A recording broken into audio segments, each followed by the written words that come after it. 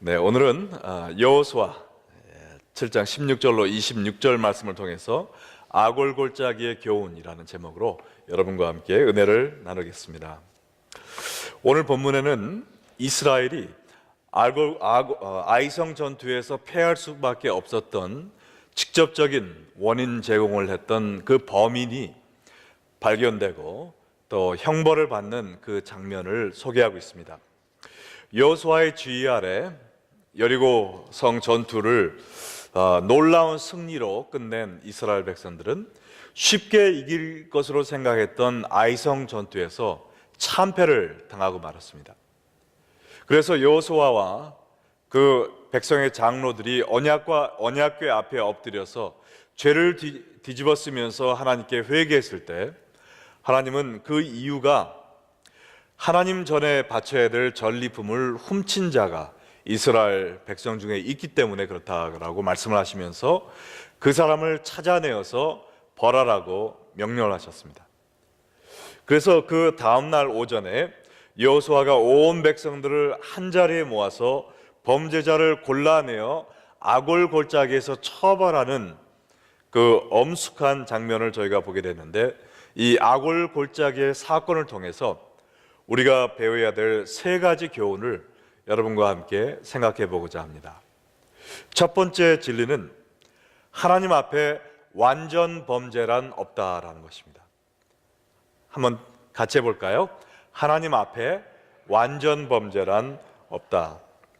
하나님이 여호수아 6장 18절에서 여리고의 모든 것은 하나님께 바친 바 되었으니 어떤 것이라도 개인적으로 취하지 말고 여호와의 전 곳간에 드리라고 명령하셨는데, 아간은 이 경고를 무시하고 자기의 욕심대로 물건을 훔쳐서 자기 장막에 숨겨놓았습니다. 왜 그랬을까요? 그의 마음속에 아무도 자기가 이 도둑질한 죄를 범하는 것을 발견하지 못할 것이라는 생각이 있었기 때문에 그랬겠죠. 다른 사람들뿐만 아니라 하나님도 이거는 모르실 거야. 내가 입만 열지 않으면 아무도 모를 거야 라는 마음이 있었던 것 같습니다. 이 세상에는 영영 범인을 잡지 못하는 완전 범죄가 있을 수 있지만은 우리의 일거수일투족을 보고 계시는 하나님 앞에서는 완전 범죄가 있을 수 없습니다. 어리석은 사람이 어떻게 창조주 하나님을 속일 수가 있겠습니까? 사람들은 속일 수 있을지 몰라도 하나님은 우리가 속일 수가 없고, 하나님은 아간이 거짓말을 하면서 침을 삼키고 있는 그 순간까지 보고 계시는 분이기 때문에 어느 누구도 속일 수가 없습니다. 16절로 18절에 하나님이 아간을 어떻게 골라내셨는지 한번 보겠습니다. 이에 여호수아가 아침 일찍 일어나서 이스라엘을 그의 지파대로 가까이 나오게 하였더니 유다 지파가 뽑혔고, 유다 족속을 가까이 나오게 하였더니 세라 족속이 뽑혔고, 세라 족속의 각 남자를 가까이 나오게 하였더니 삽디가 뽑혔고, 삽디의 가족 각 남자를 가까이 나오게 하였더니 유다 지파 세라 증손이요 삽디의 손자요 갈미의 아들인 아간이 뽑혔더라. 이스라엘의 12지파를 세워놓고 한 지파를 뽑았더니 유다 지파가 뽑혔습니다. 그래서 유다 지파의 족속들 놓고 제비를 뽑았더니 세라 족속이 뽑혔습니다. 그래서 세라 족속의 모든 가족들을 모아놓고 뽑았더니 삽디 가족이 뽑혔고, 그래서 삽디 가족의 모든 가족을 놓고 제비를 뽑았더니 아간이 뽑혔던 것이죠. 그런데 이상한 것은요, 하나님은 처음부터 누가 이 죄를 지었는지 알고 계셨는데 처음부터 저 아간이가 죄를 지었어 라고 지적하시지, 왜 이렇게 복잡하게 이스라엘 사람들을 다 모아놓고 제비를 뽑고 또 뽑는 이런 복잡한 절차를 거치게 하실까요? 하나님이 왜 이렇게 시간을 끌었다고 생각하십니까? 네, 누가 말씀해 보세요. 네, 회개의 시간을 주는 거죠. 이렇게 여러 절차의 제비 뽑기를 하는 동안 아간이 뉘우쳐서 하나님께 돌아오기를 하나님은 소원하고 계셨던 것입니다. 제비 뽑기를 하는 중에라도 그가 사죄하고 하나님께 용서를 구했다면 용서의 하나님, 자비의 하나님이 그에게 다시 한번 기회를 주셨으리라고 생각합니다. 그러나 아간은 설마 이 많은 사람 중에 내가 뽑힐 리가 있겠어? 아마 하나님을 포함해서 어느 누구도 내가 이 도둑질한 사람이라는 것을 모를 거야 라고 생각하면서 끝까지 고백하지 않았습니다. 하나님은 오랜 시간에 정말 이 제비뽑기를 통해 이 포위망을 좁혀가면서 아간으로 하여금 자기의 죄를 실토할 수 있는 기회를 주셨지만 끝까지 자기의 죄를 숨기는 데만 신경을 썼던 것이죠. 마치 아담이 무화과 이파리로 하나님 앞에서 자기의 수치를 가릴 수 있었다고 생각한 것처럼, 나무 그늘 아래에 숨어서 하나님의 눈을 피할 수 있었다고 생각한 것처럼, 이 아간은 이스라엘의 수많은 사람들 속에 숨어서 하나님이 나를 찾지 못하도록 하겠다는 어리석은 발상을 했던 것입니다. 그러다가 마지막에는 자기의 죄를 숨기기에 급급한 나머지 하나님께 발각이 되고 이제는 온 이스라엘 모든 백성 앞에서 자기의 죄를 실토해야 하는 그러한 수치와 굴욕을 당하게 된 것입니다. 19절에 보니까 그러므로 여호수아가 아간에게 이르되 내 아들아 창언하니 이스라엘의 하나님 여호와께 영광을 돌려 그 앞에 자복하고 내가 행한 일을 내게 알게 하라. 그 일을 내게 숨기지 말라 하니 모든 이스라엘 백성들이 듣고 있습니다. 그 앞에서 자기의 죄를 이실 고백하게 되었던 것이죠. 죄를 고백하여 여호와께 영광을 돌리라는 것은 무슨 말이냐면요, 이 아이성이 패배함으로 말미암아, 아이성 전투에서 패배함으로 말미암아 하나님의 이름이 땅바닥에 떨어졌습니다. 아이고, 저 하나님이 저 조그만 성 하나 정복 못해, 그런 하나님이었어 라면서 이방 민족들이 하나님을 깔보게 됐다는 것이죠. 그러나 이 아간이 자기의 죄를 고백함으로 말미암아 하나님의 능력이 부족해서 아이성을 점령하지 못한 것이 아니라 아간의 죄로 인하여 패배했다는 것을 만방에 이야기하여서 떨어진 추락한 하나님의 영광을 되찾으라, 그 말이죠. 혹시 여러분 가운데서도 아간과 같은 마음을 품고 있는 분이 안 계십니까? 나만 조용하고 있으면, 나만 실토하지 않으면 내가 이 죄를 무덤까지 갖고 갈 수 있어. 아무도 모를 거야. 만약 그렇게 생각하신다면 우리가 사람의 눈은 속일 수 있을지언정 하나님의 눈은 속일 수 없다는 것을 기억하시기 바랍니다.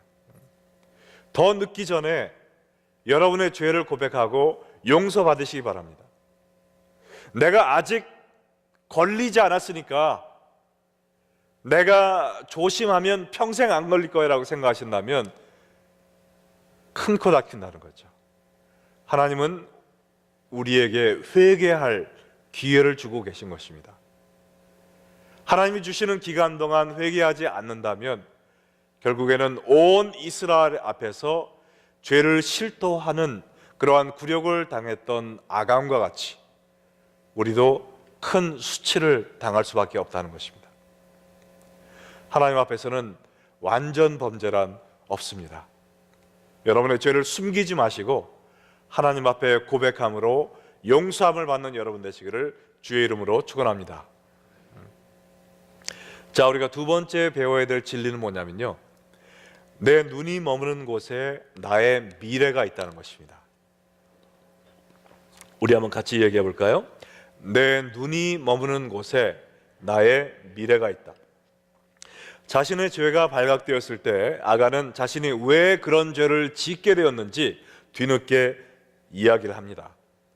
20절과 21절 보면 아간이 여호수아에게 대답하여 이르되 참으로 나는 이스라엘의 하나님 여호와께 범죄하여 이러이러하게 행하였나이다.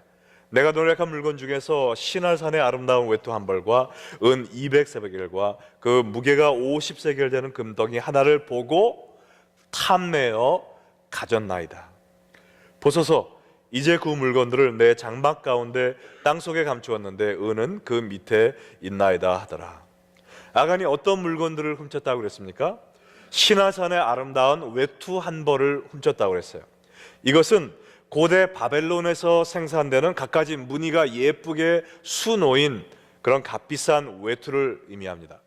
이스라엘의 역사학자 요세푸스는 얘기하기를 금실로 전체를 엮은 왕의 옷이었다 그랬어요. 근데 이게 참 바보 같은 짓 아닙니까? 이 아간이 이 옷을 언제 입고 다닐 수 있겠어요? 그 옷을 입고 나가기만 하면 자기가 죄졌다는, 훔쳤다는 게 탄로나잖아요. 어떤 목사님이 주일날 몸이 아프다고 핑계를 대고 교회를 안 가고 골프를, 이거 진짜 얘기는 아닙니다. 예.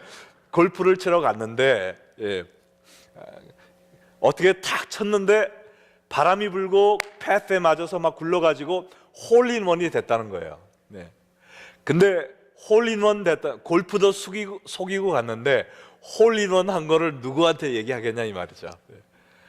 마치 그와 같이 이 아간은 자기가 입을 수도 없는 그 애굽에서 종살이 하다가 허물한 그런 옷을 입고 왔겠죠. 그런 사람이 어디서 금실로 짠 왕의 옷을 가질 수가 있습니까? 근데 입지도 못할 옷을 땅속에 숨겨놓고 이게 뭐 하는 짓인가 말이에요. 그리고 은 200세겔과 500세겔이나 되는 금덩어리라고 했는데요, 한 세겔이 11.4kg인데 이게 돈으로 따지면 한 돈, 두 돈 그런 거 있잖아요. 3,300돈이라고 얘기합니다. 그래서 금 50세겔은 한국 돈으로 얘기하니까, 환산하니까 약 80억 원의 가치가 있다는 거예요. 예. 예. 여러분 억소리 나죠?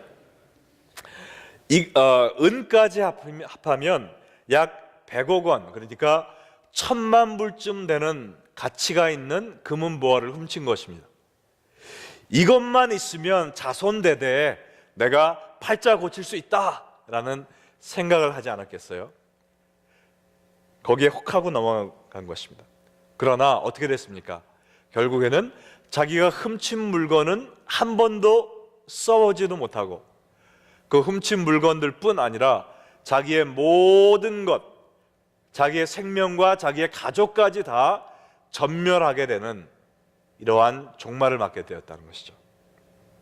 정말 안타까운 사실은요, 아간이 이제 우여곡절 끝에 다른 이스라엘 백성들과 함께 젖과 꿀이 흐르는 가나안 성에 입성을 했습니다. 하나님이 약속하신 축복의 땅에 들어갔어요. 그러나 하나님이 예비해 두신 축복은 조금 더 맛보지 못하고, 내가 나의 눈의 욕심을 쫓아가다가 눈에 있는 그 보화도 잊어버리고 하나님이 예비하신 축복까지 발로 차버리는 그런 결과를 초래했다는 것입니다. 아간은요, 범죄한 루벤을 대신해서 이스라엘의 장자 족속이 된 유다 족속의 사람이었습니다. 유다 지파 가운데서도 가장 유력했던 세라 족속의 자손이었어요. 가만히만 있어도 이 가나안에서 가장 좋은 기업을 물려받기로 지금 약속이 되어 있는 사람이었습니다. 그러나 하나님이 예배해 두신 그 축복을 바라보지 않았다는 거예요. 이 땅의 것을 바라보았습니다. 욕심을 바라보았어요. 21절에 보면 아간이 왜 그런 죄를 짓게 되었나, 여기 이렇게 나와 있죠. 한번 보세요. 내가 보고 탐내어 가졌나니. 그가 도둑질을 하게 된 근본적인 이유가 무엇이냐면은 그 자기 것이 아닌 전리품들을 바라보았다는 데 있습니다. 한 번 보고 끝나는 것이 아니라 한 번 보고 두 번 보고 자꾸만 보고 싶네 그랬겠죠. 네. 그러다 보니까 마음속에 뭐가 잉태했습니까? 욕심이 잉태한 즉 뭐를 낳았죠?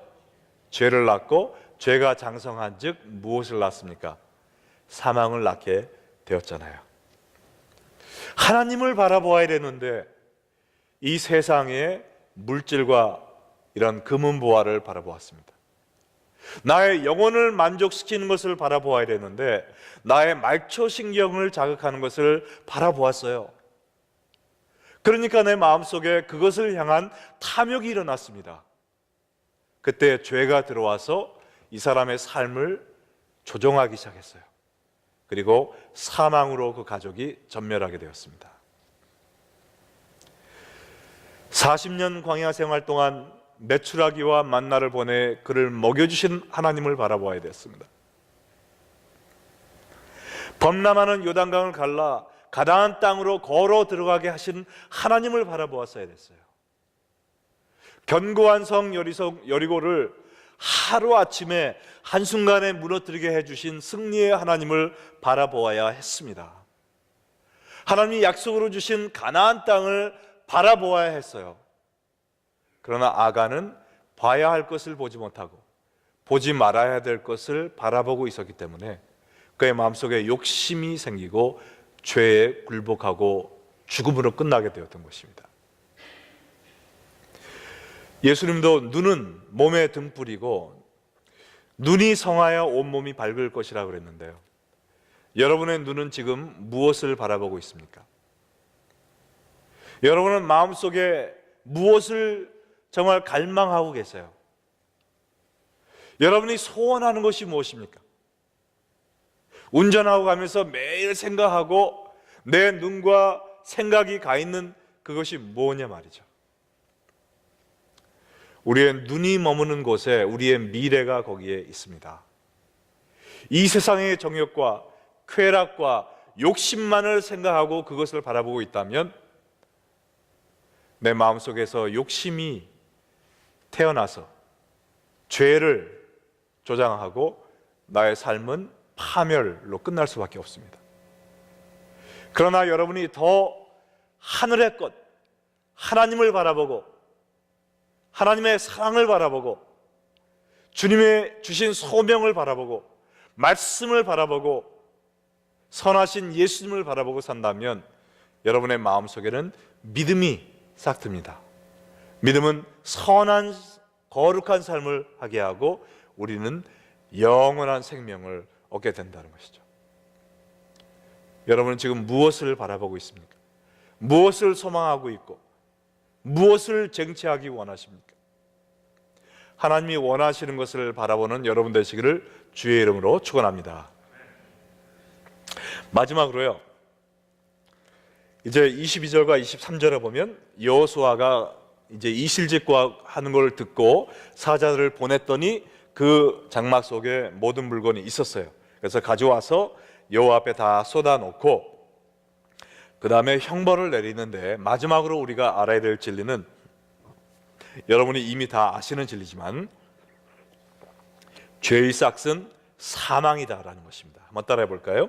죄의 삭은 사망이다. 24절에 여호수아가 이스라엘 모든 사람과 더불어 세라의 아들 아간을 잡고 그 은과 그 외투와 그 금덩이와 그의 아들들과 그의 딸들과 그의 소들과 그의 나귀들과 그의 양들과 그의 장막과 그에게 속한 모든 것을 이끌고 아골 골짜기로 갔다라고 했습니다. 여호수아가 아간의 죄를 한 후에 아간만 잡고 간 게 아니고요, 아간의 물건들만, 짐승들만 가져간 게 아니라 누구까지 아골 골짜기로 끌고 갔습니까? 아들과 딸들까지. 왜요? 같이 불살라 죽이기, 같은 형벌을 받게 하기 위해서 아골 골짜기에 간 겁니다. 아간이 죄를 지었는데 왜 그 자녀들까지, 온 가족이 파멸을 당해야 됐을까요? 율법에 보면 분명히 한 사람의 죄를 그 다른 가족에게까지 전가시키는 것을 금했습니다. 하나님은 이런 네 아버지가 잘못했으니까 자식들까지 다 죽어, 그런 분이 아니에요. 율법에 분명히 신명기 24장 16절에 나중에 찾아보시면 금지했어요. 한 명이 죄를 지었으면 그 사람만 죄값을 받도록 하셨습니다. 그럼에도 불구하고 이 온 가족이 전멸당했던 그게 뭘 의미합니까? 이 식구들이 아간의 죄에 가담했다는 것입니다. 공범죄를 지었다는 거예요. 어떻게 아나요? 아간이 그 모든 훔친 것을 어디다 숨겼습니까? 장막, 그 식구들이 사는 텐트 안에 땅을 파고 거기다 묻었어요. 그걸 식구들이 알았을까요? 몰랐을까요? 그 은과 금이 그렇게 많았는데 아간이 혼자 들고 올 수 있었을까요? 아들, 딸 막 다 시켰겠죠. 그리고 땅 파고 묻는데 그걸 몰랐을까요? 식구들이? 알았겠죠. 범죄에 가담하지 않았다 할지라도 그 범죄한 사실을 다 알았습니다. 그럼에도 불구하고 아이고 아버지 이거 우리 횡재했네요. 이거 팔면은 차도 좋은 거 뽑고 뭐 큰 집도 사고 막 신나가지고 횡재했다는 생각에 입을 싹 씻었단 말이죠. 한 사람이 범죄했을 때 죄는 암세포와 같이 그 식구, 가까운 사람에게 팍 퍼졌습니다. 온 가족이 죄를 지었어요. 한 사람으로부터 시작된 그 죄악이 온 가족이 씨를 말리는 그러한 종말을 맞게 했습니다. 아간이 어떤 형벌을 받았는지 25절과 26절 보겠습니다. 여호수아가 이르되 내가 어찌하여 우리를 괴롭게 하였느냐 여호와께서 오늘 너를 괴롭게 하시리라 하니 온 이스라엘이 그를 돌로 치고 물건들도 돌로 치고 불사르고 그 위에 돌무더기를 크게 쌓았더니 오늘까지 있더라. 여호와께서 그의 맹렬한 진노를 그치시니 그러므로 그곳 이름을 오늘까지 아골골짜기라 부르더라. 여기 보니까 돌로 쳤다고 그랬습니다. 이 율법에는 누구를 돌로 치느냐? 신성모독죄를 범한 사람을 돌로 쳐 죽이라고 그랬어요. 하나님의 말씀을 우습게 여긴 거죠. 그러니까 하나님의 명령하셨음에도 불구하고 그 전리품을 훔쳤습니다. 신성모독죄로 돌을 맞아 죽었습니다. 불살랐다고 그랬어요. 그것은 완전히 악을 완전히 제거하는 것을 의미하죠. 돌무더기를 쌓았습니다. 이것은 이스라엘이 중요한 사건이 있을 때마다 역사 대대로 이것을 기억하라라는 의미로 돌담을 쌓았어요. 하나님은 이 아간의 역사를 통해서 아간 혼자 죄짓고 죽었다 끝이 아니라 우리에게 하나의 경고를 주시는 것입니다. 이스라엘 백성들뿐만 아니라 대대로 하나님을 믿게 될 하나님의 백성들이 이것을 기억하라는 것이죠. 무엇을 기억하라는 것입니까? 죄의 싹은 사망이다. 내가 죄를 지을 때 나 혼자가 아니라 내 가족들까지 다 망하게 할 수 있다는 것입니다. 죄가 있는 곳에는 언제든지 죽음이 뒤따릅니다. 우리가 죄를 지을 때 행복이 죽죠. 가정에 기쁨이 죽어버립니다. 화평이 죽죠. 부부 사이의 신뢰도 죽을 수 있어요.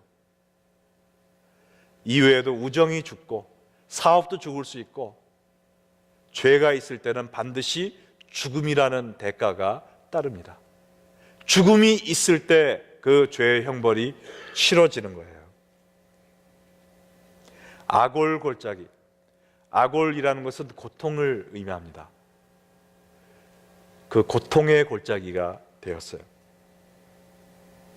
근데 놀라운 사실은요, 회개하지 않은 아간은 자기의 죄 속에 죽임을 당했지만 아간이라는 죄의 뿌리를 제거해버린 이스라엘은 그 나라가 거룩함을 되찾게 되었습니다. 그래서 나머지 가나안 정복을 완성할 수 있는 축복을 얻게 되었어요. 아골골짜기는 아간에게 저주의 장소가 되었지만 이스라엘 백성들에게는 축복의 장소가 된 거예요. 아골골짜기에서 자기의 죄의 근원을 뽑아내어 버렸을 때 이스라엘은 거룩함을 되찾게 되었던 것이죠. 오늘 이 자리가 바로 아골골짜기가 되길 바랍니다. 여러분, 양자택일을 해야 돼요. 내가 죄 가운데 아골골짜기에서 죽는 아간과 같은 사람이 될 것인가? 아니면 나의 죄를 뿌리 뽑고 아골골짜기에서 거룩함을 되찾는 사람이 될 것인가?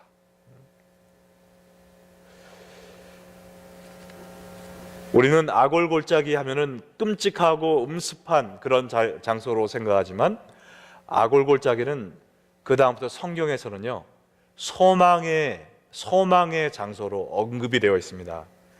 이사야 65장 10절에 이제 이스라엘의 회복을 예언하면서 샤론은 양떼의 우리가 되겠고 아골골짜기는 소떼가 눕는 곳이 되어 짐승들이 평화롭게 풀을 뜯는 그러한 장소가 될 것이라고 그랬습니다. 나를 찾은 내 백성이 거하는 땅이 될 것이라고 그랬어요.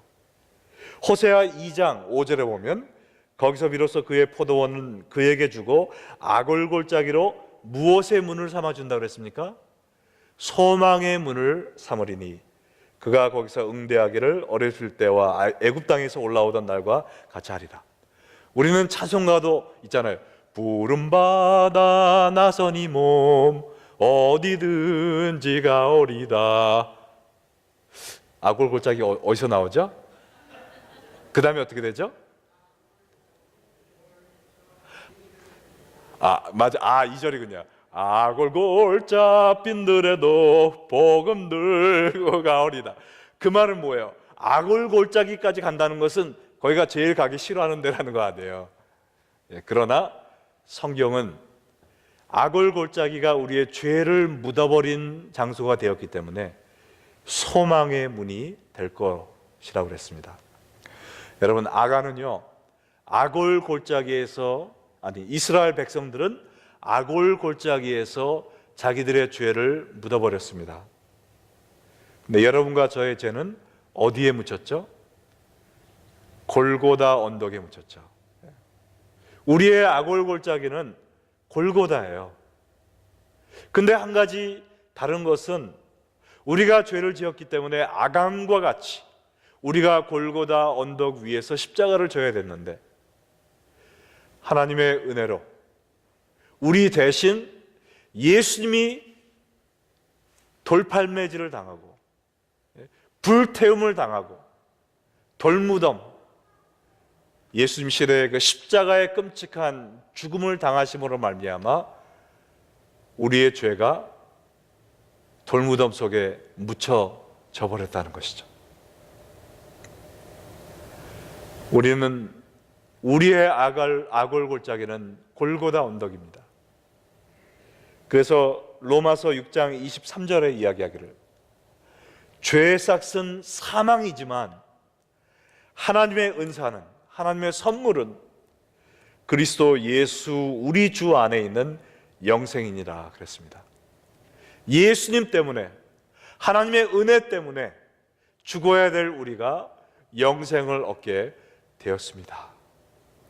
우리는 이미 아골골짜기를 지난 사람이에요. 그러나 우리가 만약 아간과 같이 우리의 죄를 하나님께 숨기면서 아무도 모르겠지, 나 혼자 즐겨야지 하는 삶을 산다면 우리가 우리의 아골골짜기를 파는 것입니다. 하나님 앞에는 완전한 범죄가 없어요. 우리의 모든 죄를 용서해 주셨지만 나 혼자 숨어서 짓는 죄, 아무도 모르게 내 혼자 음미하는 죄가 있다면 하나님의 이 시간 오늘 우리에게 아골골짜기의 돌무덤을 바라보라 라고 이야기하십니다. 그것이 우리의 무덤이 될 수가 있습니다. 우리 때문에 우리의 가정이 죽을 수가 있어요. 아무에게도 들키지 않으려고 나 혼자 죄 짓다가 세상 모든 사람들 앞에서 나의 죄를 토해놓아야 되는 그러한 수치와 굴욕을 당할 수가 있습니다. 오늘 아직 우리가 회개하지 못한 죄가 있다면 더 이상 죄를 숨기려 하지 말고 하나님이 이 회개의 기회를 주셨을 때 하나님 앞에 모든 죄를 쏟아내고 용서를 간구하는 여러분과 제가 되어서 정말 하나님이 주신 이 가나안 땅 모든 축복을, 하나님이 주신 축복만을 바라보며 그 축복을 만끽하는 여러분과 제가 되기를 주의 이름으로 축원합니다.